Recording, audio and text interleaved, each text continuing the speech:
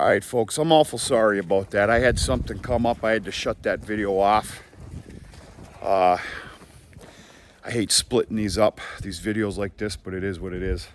At least I'm not making those gosh damn shorts videos, which is purely and fully for your views, by the way. Did I say that out loud?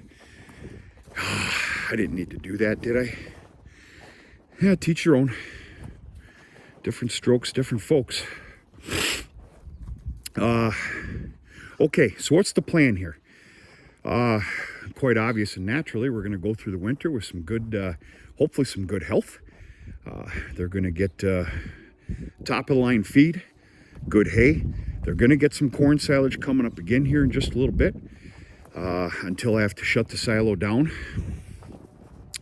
And I truly believe I have enough corn silage in the 16-foot diameter that I'll actually probably shut the silo down before it's even empty due to sub-zero weather.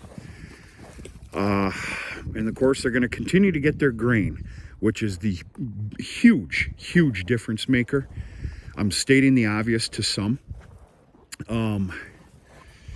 If you've been a fan of the channel for any amount of time, you may have remembered I did a video showing you a heifer last year that skipped through the fence 3 times. After the 3rd time, I finally just said, you know what? Have a nice winter. I'm not chasing you no more. You should have seen the difference in the entire heifer lot last year compared to the one heifer that ended up with the cows. It was unbelievable. So anyway, they're going to continue to get all that. I'm going to have to say somewhere around March 1st, with proper paperwork, looking at backgrounds and everything else, I will be picking out 10 of these open young heifers that will be for sale, obviously, as open heifers in April. Last year's heifer lot, I'll be picking out anywhere from 10 or 15 of those. I will do a proper preg check, and 10 or 15 of those will be for sale in April, which of course is something I'm starting to get into here. Open heifer and bred heifer sales, and obviously, you know, I'm raising a couple bulls here and there. And we'll see how everything works out. Obviously, everything in here is properly vaccinated. I used the Bovishield Gold 5. There's been some coughing going on here, which it can be common. Everything seems to be pretty damn healthy. Let's just hope it continues that way. Tomorrow I need to get this little ring out of here. I'm going to add that into the yard here. And then I need to take a large soybean straw bale and absolutely flood this the shelter here. This stays closed. Now I do use this for weaning off and whatnot. This is going to stay closed and used if need be for any ailing animals. And of course, calving season is right around the corner. That includes the other pen that I put together on the other side of that tractor. That's about it here. Full intact heifer lot for the winter. Everybody seems to be doing real good. I'm going to let things go for about another 5, 6, 7 days. And then I will open up the cow lot.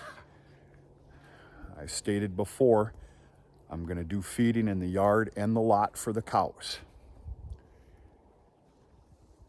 Quite obviously, the reason that I'm waiting another little while here is when that happens, those cows are going to be able to come right up to that fence line that you see there. Now, by that time, everybody should be calmed down. There won't be any a huge concern for the calves desperately trying to get back with the moms. Everything should be okay. But I desperately need to wait another week. That's a fact. course, they're all curious with the bulls. The bulls are just on the other side there. They're doing real good. That's it, folks. I kind of have to get my butt in gear here and do chores. I've had beef sales last night, and we had some pretty nasty weather yesterday. And then it started to freezing rain last night, which of course is, you know, that's my luck. A lot of people ended up coming. There was quite a few that chose not to make it, which I do not blame them whatsoever.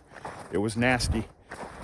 But here, starting at 5, is the beef sales will continue. So you know I shipped those steers. I don't think I ever told you what I did with them. 4 of them went to quarters and halves. The other 4, on purpose, I had all cut up individually for myself here for beef sales. I've touched on this before. For the people that don't have the freezer room, or for the people that, you know, that can be a big bill. You know, for the people that want to come here for about 15 or 20 pounds of hamburger, maybe a couple fine cuts. What I did is I saved out all the ribeyes, rib steaks, if you want to be prolific about it, the porterhouses, the T-bones, the sirloins, 2 animals worth of roasts, chuck roast, arm roast, and then the sirloin tip roast. And then the meatiest damn soup bones I've ever seen, which those really aren't a big seller, and I got quite a few of them. So we're gonna see what happens. And then quite naturally, a pile of hamburger in 2-pound and 1-pound packages. So everybody seemed to be very, very happy last night. I can expect, I hope, the same here this evening, and we'll go from there. If they're happy, I'm happy. It's a perfect world, right? Far from it, but all we can do is try. I got to get my lazy butt in gear here. Good to see everybody. Once again, I hope everybody's Christmas was good. And I look forward to the new year. And we'll go from there. We've got multiple sit-downs happening this winter. In fact, I already started on something today that will merit a sit-down with maybe a beer in the barn one night.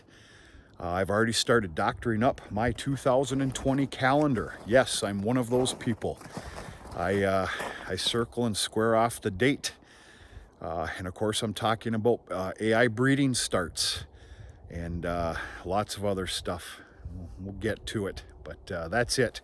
We're going to talk to you sooner than later.